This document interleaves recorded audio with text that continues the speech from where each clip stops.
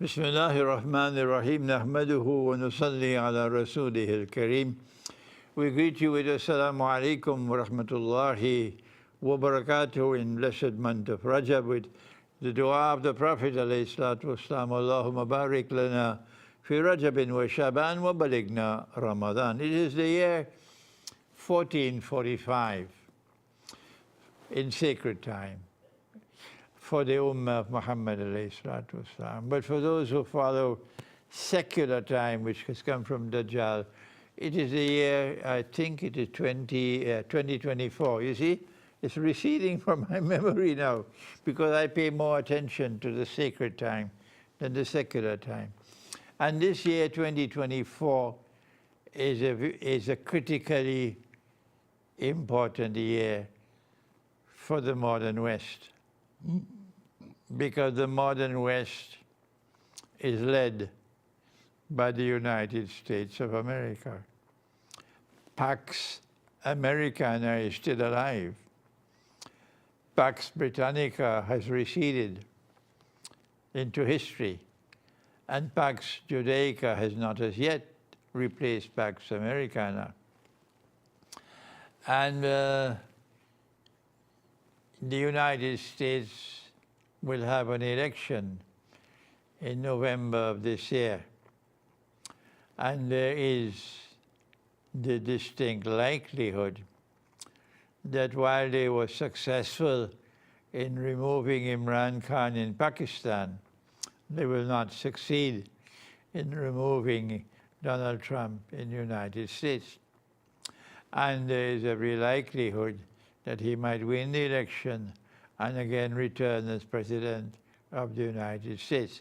I am not a follower of Trump. I'm only offering you an analysis. So don't come with any nonsense that I'm a follower of Trump. No. What are the implications? A Muslim must be following the Sunnah of the Prophet. And the Prophet, Allah's blessing be upon him, was someone who clearly observed his strategic environment. This is the strategic sunnah on which I have lectured in the past. And so we must be looking at the affairs of the world and anticipating what is going to come. What are the implications of a return of Trump as President of the United States for the modern West and for Pax Americana? And the first implication is not that they stole the election 4 years ago. That's history. That's history. The first implication is what's going to happen in Ukraine. And they are now, the Western world, which is supporting Ukraine in the war with Russia, are now in a state of terror. Because Trump has said it several times that he's a friend not only of the Ukrainian president, but he's also a friend of the Russian president. He's a friend of both of them.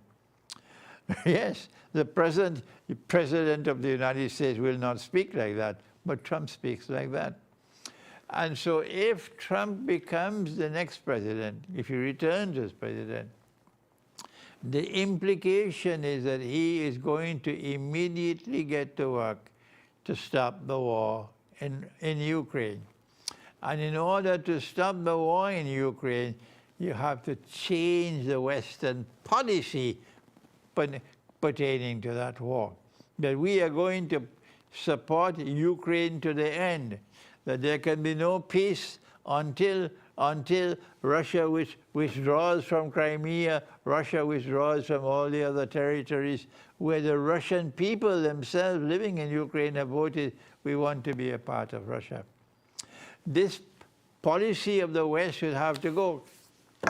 And you have to sit down to negotiate now a peace different from the one that Ukraine wants now at this time.